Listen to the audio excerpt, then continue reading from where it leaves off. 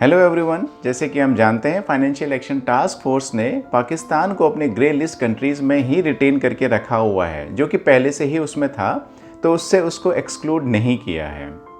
उसके अलावा पाकिस्तान के करीबी, भारत के खिलाफ बोलने वाले और अपने आप को इस्लामिक कंट्रीज़ का लीडर समझने वाले टर्की को भी FATF ने ग्रे लिस्ट में इंक्लूड किया है। तो ये ग्रे लिस्ट क्या है?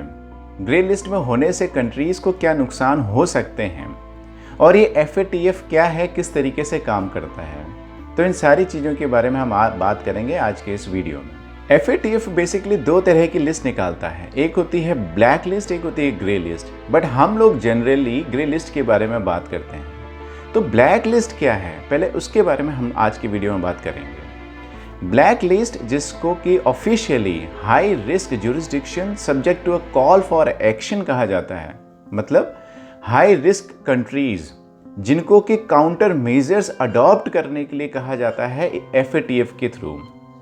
तो काउंटर मेजर्स किसके लिए? बेसिकली मनी लॉन्ड्रिंग और टेरर फाइनेंसिंग को लेके, और साथ में ही जो मास डिस्ट्रक्शन के हथियार हैं उनको रोकने के लिए ऑफिशियली और इकोनॉमिकली उनके ऊपर स्टेप्स लेने के लिए इनको कहा जाता है।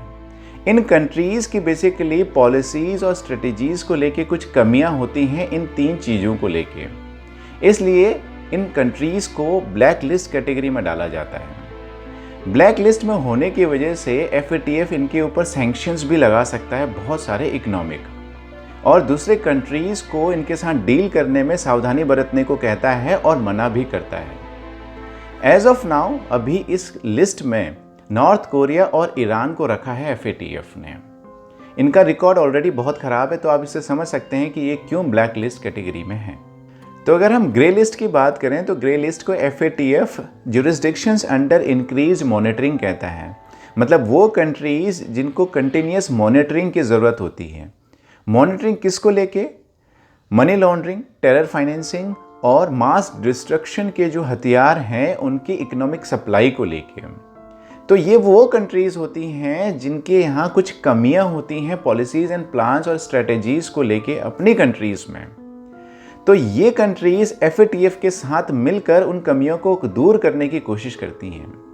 तो ग्रे लिस्ट में होने से कुछ कंट्रीज़ जो होती हैं उनको FATF सजेस्ट करता है कि आपके यहाँ ये कमियाँ हैं, कुछ एक्शन प्लान्स बताता है कि इस तरह से आप इनको दूर कर सकते हैं, और एक टाइम फ्रेम देता है कि इस टाइम फ्रेम के अंदर आपको ये कमियाँ दूर करनी हैं। तो ये कंट्रीज़ FATF के साथ मिलकर उन चीज़ों को कम करने की कोशिश करती हैं। अभी अक्टूबर 2021 की लिस्ट में 23 कंट्रीज़ इस ग्रे लिस्ट में हैं, जिसमें पाकिस्तान और टर्की के अलावा सीरिया, जॉर्डन, म्यांमार, फिलीपींस और भी कई कंट्रीज़ हैं। तो ये डिफरेंस क्या होगा ब्लैक लिस्ट में और ग्रे लिस्ट में? ब्लैक लिस्ट में टोटली सैंक्शंस लगते हैं, कंट्रीज़ पे पाबंदियां लगती हैं, जबकि ग्रे लिस्ट के अंदर FATF उनके ऊपर कुछ इकोनॉमिक रेस्ट्रिक्शंस लगाता है। पूरी तरीके से सैंक्शंस नहीं लगते हैं, बट कुछ रेस्ट्रिक्शंस होती हैं, जैसे कि आप इंटरनेशनल बॉडीज़, जो बैंक हैं, इंस्टीट्यूशंस हैं, उनसे लोन लेने में आपको दिक्कत होती है, आप नहीं ले सकते। उसके अलावा जो आपके यहाँ FDI फ्लो होती है या जो ओवरसीज़ इन्वेस्टर्स होते हैं वो भी आपके यहाँ इन्वेस्ट नहीं करते हैं, आपको फंडिंग नहीं देते हैं, क्योंकि उनको FATF के रेगुलेशंस के अकॉर्डिंग चलना होता है। तो इन कंट्रीज़ को ऑफिशियली प्रॉब्लम होती है डील करने में इन ओवरसीज़ इन्वेस्टर्स और फंडर्स के साथ में, और इकोनॉमिकली कंट्रीज़ वीक होती हैं इंटरनेशनल लेवल पे। अगर हम पाकिस्तान की बात करें कि पाकिस्तान इस लिस्ट में क्यों है, तो ये कोई ताज्जुब की बात नहीं है, क्योंकि इंटरनेशनल लेवल पे हर प्लेटफॉर्म पे पाकिस्तान का रिकॉर्ड ख़राब है। आप ये देखिए कि यूनाइटेड नेशंस ने कुछ इंडिविजुअल्स को वहाँ पे टेररिस्ट डिक्लेयर किया है और टेररिस्ट ऑर्गेनाइजेशंस डिक्लेयर किए हैं पाकिस्तान में, और वो फ्रीली घूमते हैं, वहाँ से ऑपरेट होते हैं। तो इस केस में FATF ने बोला कि आपने इन कुछ मेजर्स पे स्टेप्स नहीं लिए हैं, आप जब इन पे कुछ कंक्रीट स्टेप्स लेंगे तभी आप इस लिस्ट से बाहर हो सकते हैं। तो पाकिस्तान ने कुछ स्टेप्स लिए भी, जैसे कि हमने देखा अभी पास्ट में मुंबई अटैक के जो गुनहगार हैं लश्कर तैयबा के हाफिज़ सईद और ज़कीउर रहमान, और पुलवामा और पठानकोट अटैक का जो गुनहगार है जैश-ए मोहम्मद का मसूद अजहर, उसके अगेंस्ट में पाकिस्तान ने कुछ स्टेप्स लिए, उनके ऊपर कुछ चार्जेस लगाए। हालांकि वो कन्विक्ट नहीं हुए अभी तक, लेकिन चार्जेस लगाए गए। तो ये क्या था? ये बेसिकली एक आई वॉश था जो FATF को दिखाने के लिए था कि हमने इनके अगेंस्ट में कुछ स्टेप्स लिए हैं।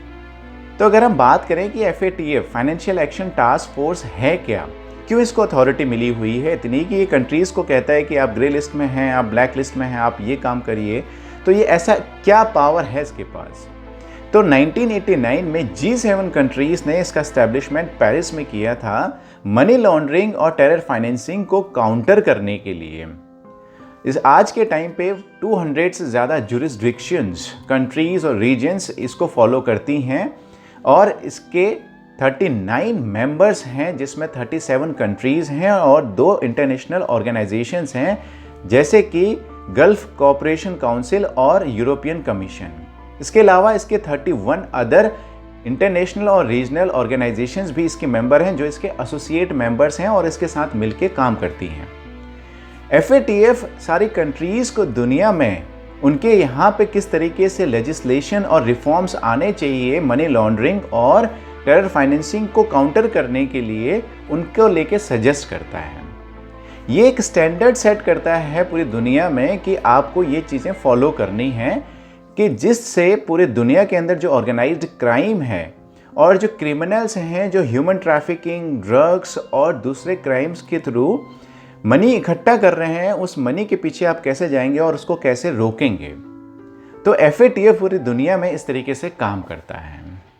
ये एक बहुत इंपॉर्टेंट ऑर्गेनाइजेशन है और कंट्रीज़ को फाइनेंशियली वीक और स्ट्रॉन्ग करने में भी हेल्प करता है। आई होप आपको ये वीडियो इन्फॉर्मेटिव लगा होगा।